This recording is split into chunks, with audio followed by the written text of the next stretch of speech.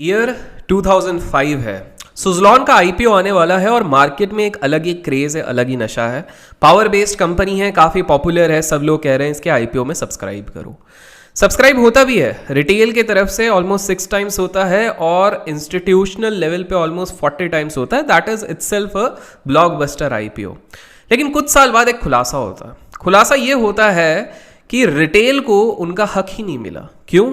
Because almost 26,000 से ज़्यादा fake accounts बनाए गए ऑपरेटर्स द्वारा और उन लोगों ने अप्लाई किया रिटेलर शेयर से। मतलब जब भी आप आईपीओ अप्लाई करते हैं तो दो तरह के होते हैं, कुछ इंस्टीट्यूशंस के लिए रिजर्व होते हैं और कुछ होते हैं आपके रिटेल के लिए। तो रिटेल अकाउंट का ऑलमोस्ट 4% ले गए ये फिक्टिशियस अकाउंट्स और माना जाता है इन सबको अलॉटमेंट मिल गया किसी ना किसी तरह, हो सकता है ऑपरेटर्स और प्रमोटर की मेल देन के कारण। दोस्तों ये सिर्फ एक तरीका था जिससे ऑपरेटर्स आप लोगों को बेवकूफ़ बनाते हैं। आज के इस वीडियो को एंड तक देखिए बिकॉज आज आप लोगों के रोंगटे भी खड़े होंगे और आंखें भी खुलेंगी। बिकॉज आज मैं ऐसे ऐसे राज आप लोगों को बताने वाला हूं जो शायद आपने सुनी होंगे लेकिन ढंग से नहीं सुनी होंगी। शायद आपको लगता होगा कि ऐसा होता है बट आपको कंफर्मेशन नहीं होगा, बट आज की वीडियो आपको कंफर्म कर देगी। तो चलिए शुरू करते हैं।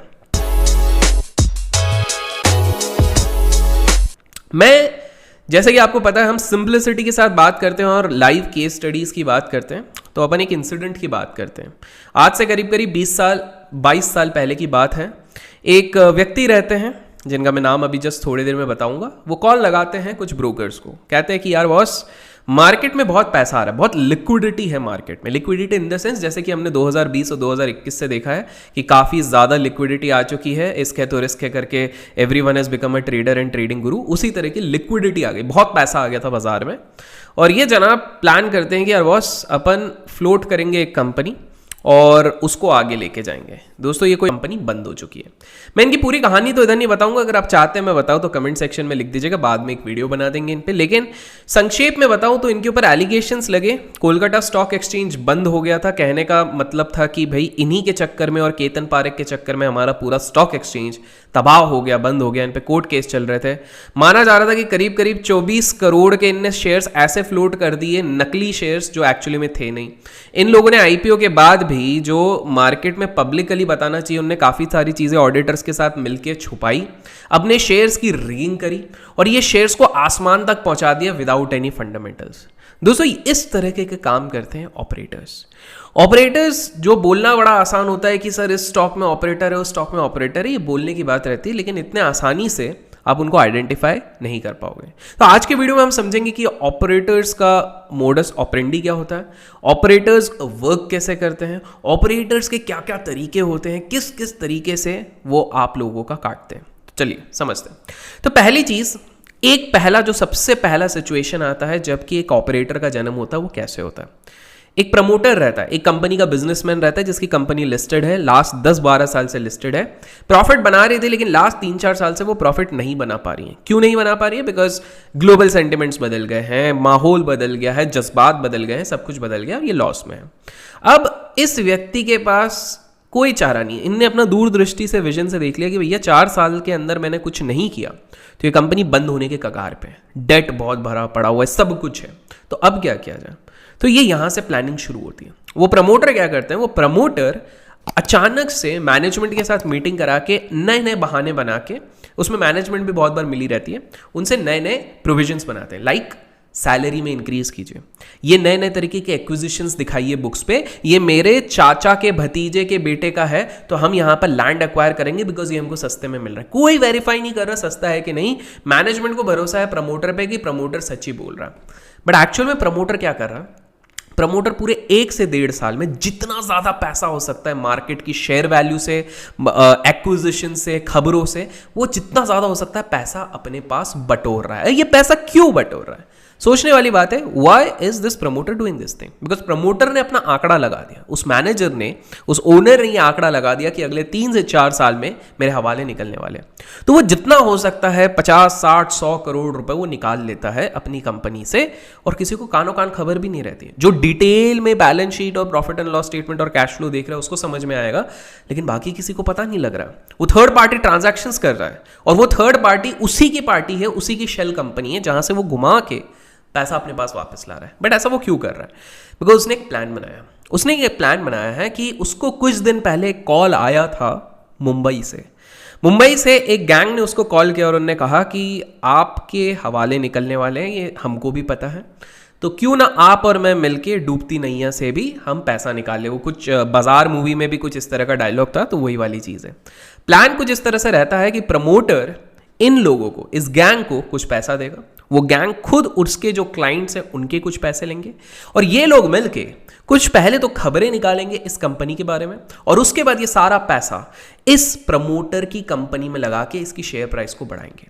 एक फिक्स किया जाएगा लेवल। फॉर एग्जाम्पल मान लो वो शेयर पिट के 8 रुपए का हो गया, तो अब बिकॉज इसमें सेंटिमेंट्स नेगेटिव है, फंडामेंटली कुछ भी स्ट्रांग नहीं है, तो जाहिर से बात है कोई बड़ा इंस्टीट्यूशन इस पे रडार पे नहीं रख रहा है। कोई भी सेंसिबल पर्सन जो फंडामेंटल एनालिसिस कर रहा है वो उसको नहीं ले रहा है, बस गिने चुने कुछ रिटेल ले रहे हैं, तो उसको मैनिपुलेट करना काफ़ी आसान हो जाता है।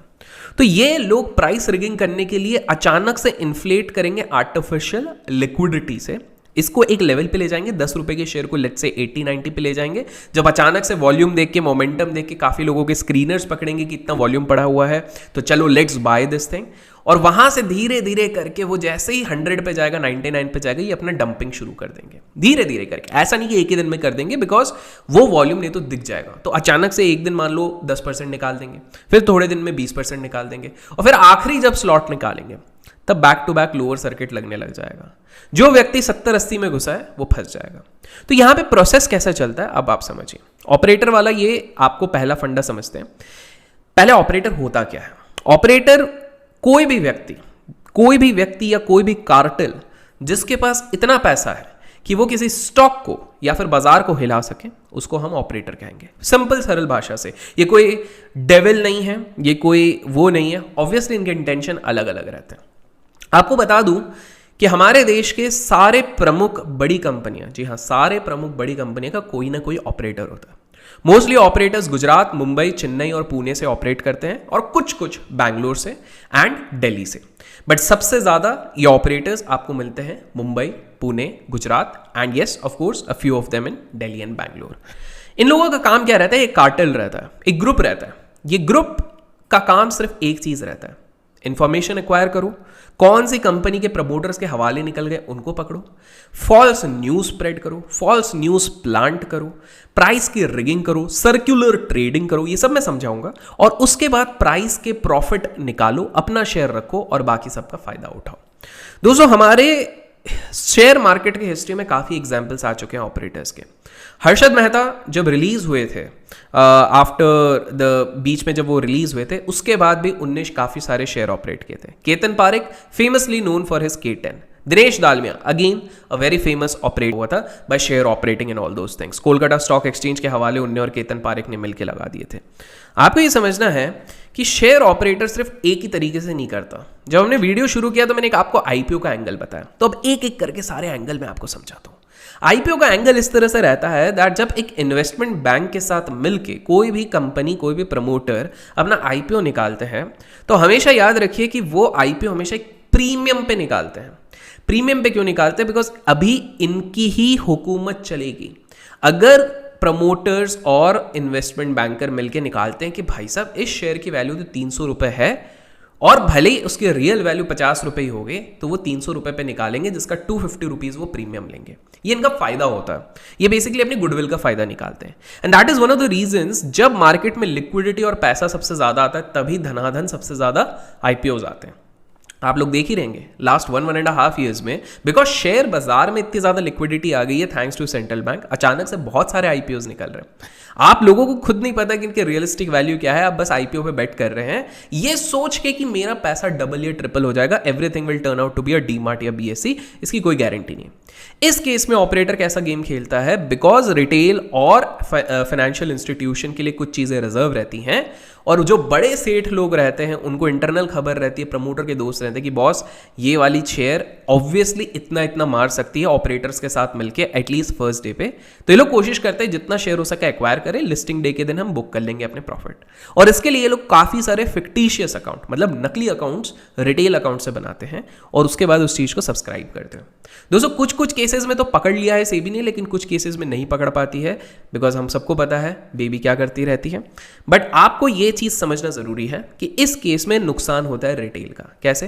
बिकॉज उसको या तो आईपीओ नहीं मिलता है, दूसरी चीज़ जिसको मिल भी जाता है वो अचानक से शिकार हो जाता है प्रॉफिट बुकिंग का, जो कि लिस्टिंग डे पे हो जाती है, बहुत ही मैसिव इन सम केसेस।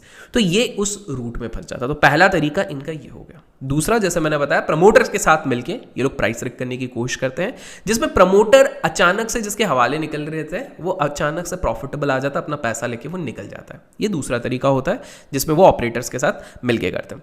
तीसरा, जो न्यूज़ प्लांटिंग होती है, वो कैसे होती है? So let's take an example. एक XYZ शेयर होता है, वो शेयर अचानक से लैकलस्टर होता है, उसमें कुछ वॉल्यूम नहीं रहता, कुछ भी नहीं होता, और ऑपरेटर्स उसको स्पॉट करते हैं कि बॉस ये है वो शेयर जिसको हमको आसमान पे पहुंचाना है, टू द मून पहुंचाना है। तो ये लोग क्या करते हैं, अचानक से पहले एक्यूमुलेट करेंगे, और वो एक दिन में नहीं करेंगे बिकॉज उनकी क्वांटिटीज बहुत बड़ी है। 50 करोड़ 100 करोड़ रुपए वो जब लगा रहे हैं एक स्मॉल कैप जिसका खुद मार्केट कैप शायद 10 करोड़ भी नहीं होगा, तो उसके लिए वो जब एक्यूमुलेट करने लगेंगे तो पहले धीरे धीरे धीरे करके ब्रोकर्स के नेक्सस के साथ मिलकर ये लोग एक्यूमुलेट करेंगे। एक बार जब एक्यूमुलेशन हो जाएगा तो इनका नेटवर्क बहुत बड़ा रहता है, 30,000 media channels including YouTube, Telegram, then आपका TV channels, famous TV channels. वहाँ पर ये लोग अपने पेड एनालिस्ट को इन्फ्लुएंस करेंगे कि बॉस टीवी पे ये चीज़ बोलो कि ये शेयर बहुत अच्छा है, कुछ अपने टेक्निकल जार्गन्स बताओ, चार्ट पे कुछ 2-3 तस्वीरें बना के दिखा दो कि देखो ये बैंगन वाला चार्ट पैटर्न बनाया है, करेला पैटर्न बना हुआ है। इस तरह की चीज़ें आप टीवी पे बताओ जिससे कि लोग इन्फ्लुएंस हुए। अब उस टीवी को देखने वाले करीब करीब 6 से 7 करोड़ लोग हैं। अब इसमें मज़ेदार ये चीज़ हो जाती है कि वो 6-7 करोड़ में से हमेशा 1-2 करोड़ लोग ऐसे होते हैं जो लास्ट 2-3 महीने पहले ही आए हैं, बाकी तो एक एक करके हर महीने कुछ लोग घाटा करके निकलते रहते हैं। अब ये लोग उनके सॉफ्ट टारगेट रहते हैं। ये लोग देखते हैं कि हाँ यार, इस एनालिस्ट ने 20 रुपए पे बोला था कि ये शेयर जाएगा 200 रुपए पे और ये शेयर अब आ चुका है 60 रुपए पे, तो यार दम तो है, लेट्स बाय इट। अब 60 रुपए के बाद ऑपरेटर इसको ले जाएगा 70-80 पे अपर सर्किट लेके। वो लोग अलग कॉन्फिडेंस में, बॉस अपुनिच भगवान है, और वो जाके अपने दोस्तों को और बाकी सारे लोगों को बोलेंगे खरीद लो, इसको खरीद लो। क्यों? बिकॉज मैंने लिया था बॉस और ये 200 जाएगा, उस एनालिस्ट की बात सही है। अब आएंगे नए लोग। अब क्या हो गया, अब ये सिर्फ ऑपरेटर गेम नहीं बना, अब ये वर्ड ऑफ माउथ बन गया। और दोस्तों आज के टाइम पे media channels, social media, YouTube, Telegram, इन सारे चीज़ों से और आसानी से फैलता है, जिसके कारण कि हमारा एक कन्विक्शन, एक परसेप्शन बन जाता है कि ये स्टॉक सही है। लेकिन ऑपरेटर का गेम देखिए, 10 रुपए पे लिया, 90 रुपीज़ पे वो निकल जाता है, अचानक से लोअर सर्किट लगने लगता है। जो व्यक्ति 60 पे घुसा वो भी फंसा, जो उसका फ्रेंड घुसा 80 पे वो भी फंसा, जो 50 पे घुसा वो भी फंसा, और इस तरीके से रिटेल का वापस नुकसान हो गया। दोस्तों इसमें ये अलग अलग 2-3 तरीके यूज करते हैं। एक सर्कुलर ट्रेडिंग यूज करते हैं, एक पंप एंड डंप करते हैं। अब इसमें एक जो सबसे कॉमन तरीका होता है, आप लोगों ने बहुत बार नोटिस किया होगा कि बायर और सेलर के रेशियो अचानक से चेंज हो जाते हैं। 5 लाख बायर थे पहले और 4 लाख सेलर थे, बट अचानक से सिर्फ 50,000 बायर रह जाएंगे और 4 लाख सेलर। अगर आपने ऐसा कुछ देखा है तो कमेंट्स में जरूर लिखिएगा, और कौन से स्टॉक में देखा है, ताकि दूसरे लोग भी सतर्क रहें। अब ये चीज में करते क्या है, इसमें 2 पार्टी रहती हैं। वो लोग अपना मशीन रखते हैं, बिकॉज देखिए मैनुअली ये सारी चीज़ें करना बच्चों का खेल नहीं है। इसमें they invest a lot of money in their machines, equipments and everything. Planning कुछ इस तरह की रहती है कि दोस्त 10 करोड़ का माल मैं तुझे बेचूंगा, 10 करोड़ का माल तू मुझसे खरीदेगा, 5 पैसे में वापस हम इस चीज़ को एक्सचेंज कर लेंगे। बेसिकली क्या हो रहा है, 10 करोड़ रुपीस का माल एक जन खरीद रहा है और 10 करोड़ 1 लाख रुपीस में दूसरा वाला बेच रहा है, एंड वापस इसको रिवर्स करके वो 1 लाख का जो नेट है वो कैंसिल कर देते हैं। एट द एंड सामने वाला बोलोगे सर इसमें फायदा क्या हो रहा है, इसमें तो एसटीटी जा रहा है, ब्रोकरेज जा रहा है। पहली बात, ये लोग खुद ब्रोकर्स के नेक्सस के साथ करते हैं, तो वो ब्रोकरेज वाला इनके ऊपर बर्डन नहीं रहता है, and because they can manage all these price rigging, तो हार्डली एक नॉमिनल कॉस्ट होता है। ये लोग ऐसा क्यों कर रहे हैं? ये लोग इसलिए ऐसा कर रहे हैं ताकि मार्केट में एक आर्टिफिशियल वॉल्यूम जनरेट हो जाए, एक आर्टिफिशियल लोगों को लगे कि अरे यार इसमें तो बहुत वॉल्यूम है। अब क्या होता है, जो लोग स्टॉक स्क्रीनर्स यूज करते हैं उनके वॉल्यूम बाजार में आ जाता है। जो लोग दूसरे लोग हैं जो थोड़े थोड़े बड़े प्रॉप डेस्क, उनको लगता है बॉस इधर कुछ हो रहा है तो चलो अपन भी यहां पर वॉल्यूम मोमेंटम जनरेट करते हैं। तो ये आर्टिफिशियल वॉल्यूम्स देख देख के रियल वॉल्यूम्स आने लग जाते हैं। अब अंदर की बात सिर्फ प्रमोटर को पता है कि भैया मेरी हालत खराब है, ऑपरेटर को पता है कि इनकी हालत खराब है, लेकिन बाहर वाले को ये चीज़ अभी तक नहीं पता है, बिकॉज ये न्यूज़ तो 6 महीने बाद आने वाली है और लोग यहाँ पे घुसना शुरू हो गए।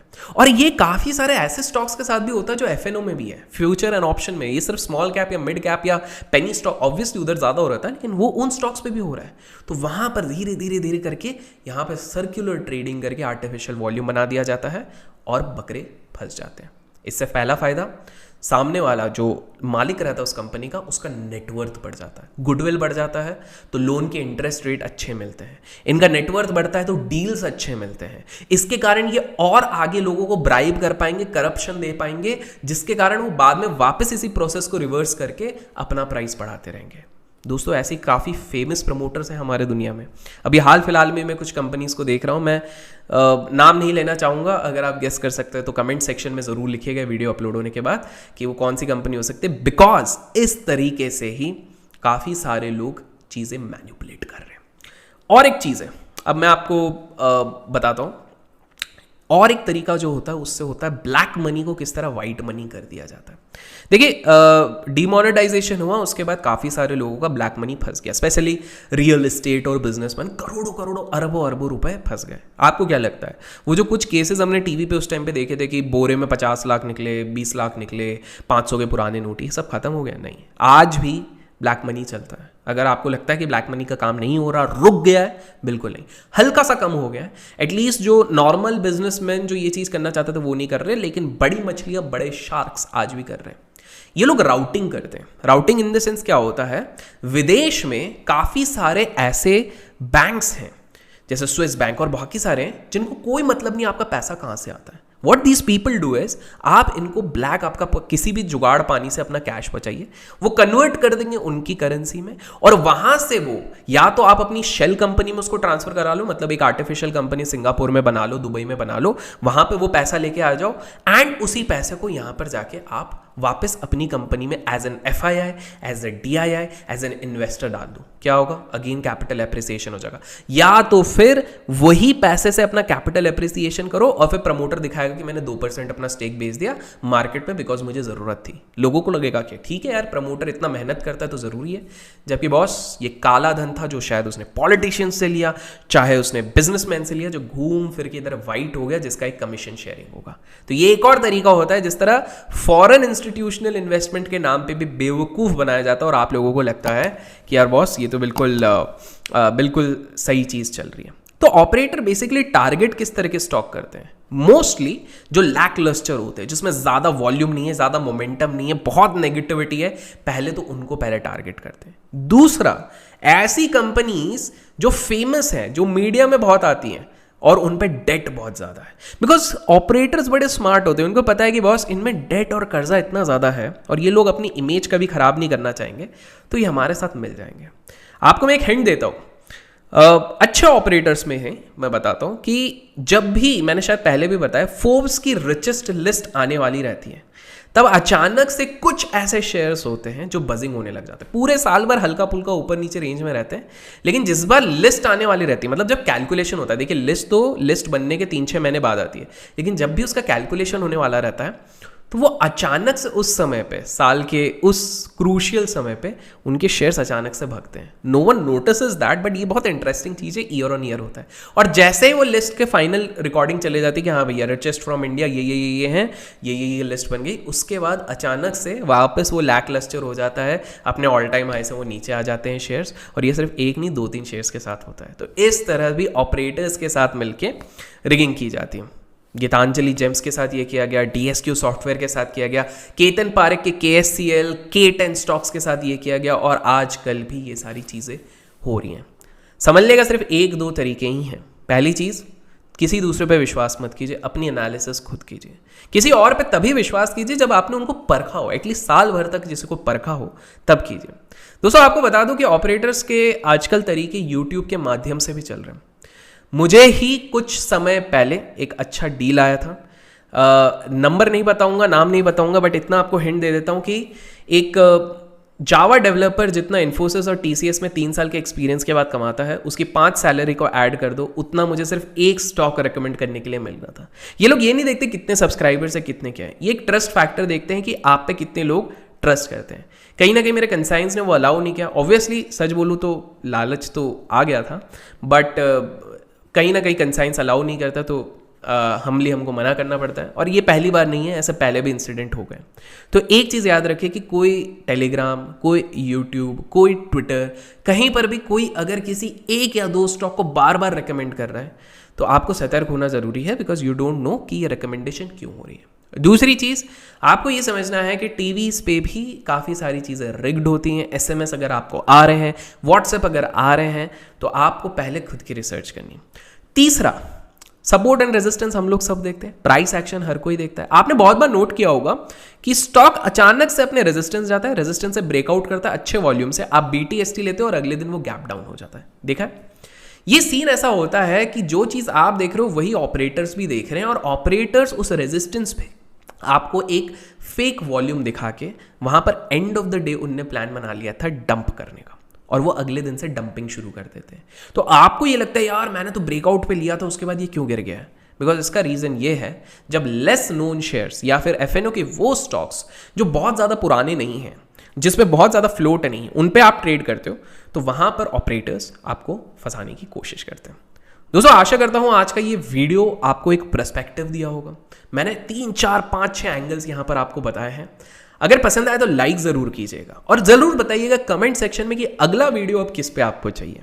क्या आपको ऑपरेटर्स का सेकंड पार्ट चाहिए, कि ऑपरेटर्स की फंक्शनैलिटी, मोर अबाउट ऑपरेटर्स, कि हम अपने आप को किस तरह से पूरी तरह से प्रोटेक्ट कर सकें, या जो हमने लास्ट वीडियो बनाया था जिसमें कौन से स्टॉक्स अवॉइड किया जाए उसका सेकंड चाहिए, या फिर हेज फंड? कमेंट सेक्शन में जिसके सबसे ज़्यादा कमेंट्स आएंगे, बिकॉज लास्ट टाइम सबसे ज़्यादा कमेंट्स आए थे ऑपरेटर वाले वीडियो के लिए, इसलिए हमने इस पे बनाया। तो लेट्स सी जिस पे सबसे ज़्यादा होगा, एवरी वोट काउंट्स। तो जितने ज़्यादा कमेंट्स आएंगे, जितने जल्दी आएंगे, उतने जल्दी आपको नेक्स्ट वीडियो मिलेगा। जैसे कि मैंने लास्ट टाइम बोला था, जितने जल्दी करोगे उतने जल्दी वीडियो, तो ये वीडियो भी आ गया। आशा करता हूँ आपको पसंद आया होगा। पसंद आया तो लाइक ज़रूर कीजिएगा, इससे काफ़ी हेल्प और मोटिवेशन मिलता है। Till then keep learning, keep growing, keep investing and keep trading.